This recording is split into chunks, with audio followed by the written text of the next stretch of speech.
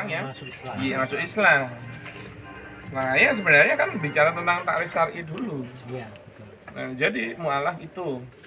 Terus satunya lagi itu hamba saya enggak kalau itu. ada.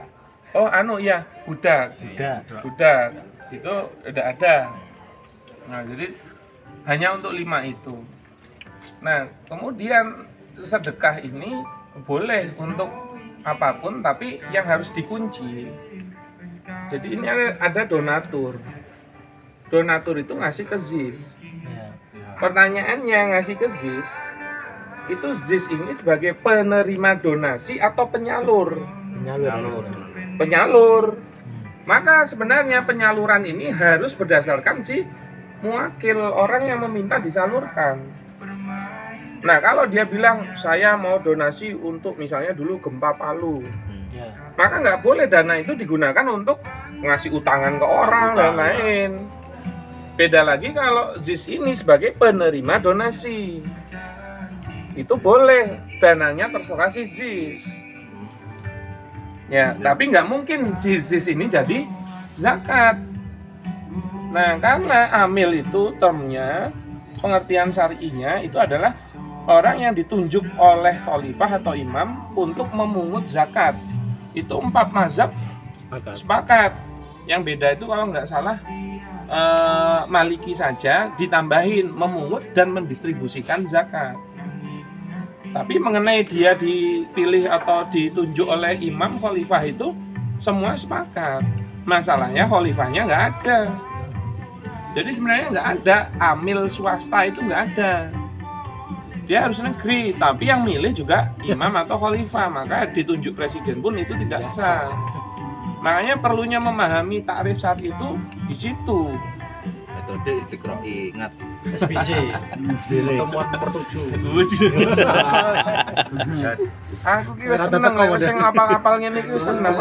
Tapi kok yo ono sing ngajar iki lho, jan piye to. Butuh materinya tuh. Lo gerek kopi kok. Tapi ya itu boleh aja kan dong, udah di-share kalau KBS itu. Boleh saja, tapi masalahnya bukan masalah materinya, andanya udah pernah disyarah belum materi itu. Sama kayak surat akad tadi. Mana surat akadnya? Oh, ngerti nggak? Nggak ngerti. Ngapain pakai surat akad? Nah, maka sebenarnya zakat-zakat yang melalui ZIS, yang mana mereka mengira dirinya amil, dan amil itu adalah 1/8 dari asnaf. Mereka mengira mereka mempunyai hak 1/8 dari si zakat itu. Padahal itu pengambilan yang batil. Gitu loh. Nah, jadi akan bermasalah pada saat Anda punya kewajiban zakat 10 juta. Tapi dia mengambil 1/8-nya, yaitu 1.250.000. Maka ini pengambilan yang tidak sah. Dan sebenarnya bermasalah dengan zakat Anda, karena zakat Anda itu 8.750.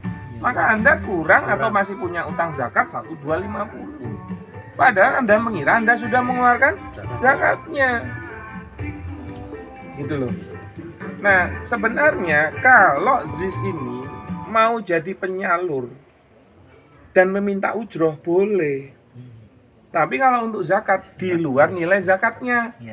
Maka kalau dia minta ujroh 1 juta, maka yang dia keluarkan adalah 10 dan 1. Jadi totalnya 11.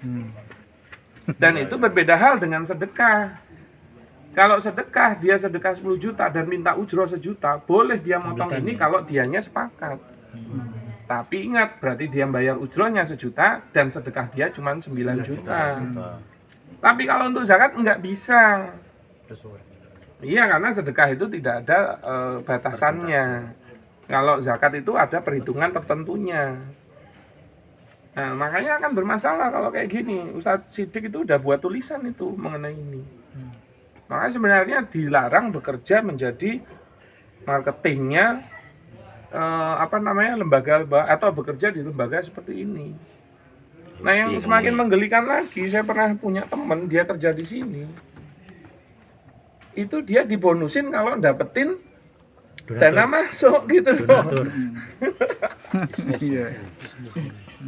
Nah, sekarang balik ke kasus. Hmm. Ya. Jadi memang kita ini alhamdulillah ya diajarin guru-guru kita itu kalau jawab itu runut dari awalan baru nanti konklusinya. Makanya kalau jenengan itu tipikalnya wis pokoknya halal apa haram. Wah, kuwi cen ra niat ra niat belajar. Gitu loh. Dengan kicot pernah. Yang tidak sebut. Tape. Tetapi Lah iki lo marekno. Kelan. Oh, di mana-mana kalau makannya radio tape yo menyebabkan doror kuwi. Tapi recorder oh. Nah, masuk ke kasus itu tadi. Pertanyaannya, boleh nggak zakat digunakan untuk dana bergulir tadi? Nggak boleh. Itu fail dulu. Makanya harus ditanyakan, ini dana dari mana? Gitu loh. Nah, kemudian boleh nggak sedekah itu digunakan dana seperti itu? Tergantung donasinya bersifat umum, ya, ada takhidnya, ada pembatasnya atau tidak. Nah, salurin ini untuk sedekah, tidak menggunakan term, maka menurut saya masih boleh.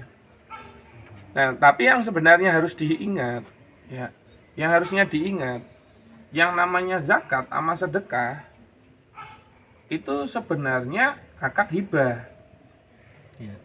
Nah, akad hibah itu kalau pengertiannya itu tamliku bila iwadin, perpindahan kepemilikan tanpa kompensasi. Maka saya tanya, kalau dia memberikan utang, boleh nggak? Kompensasi balik berarti.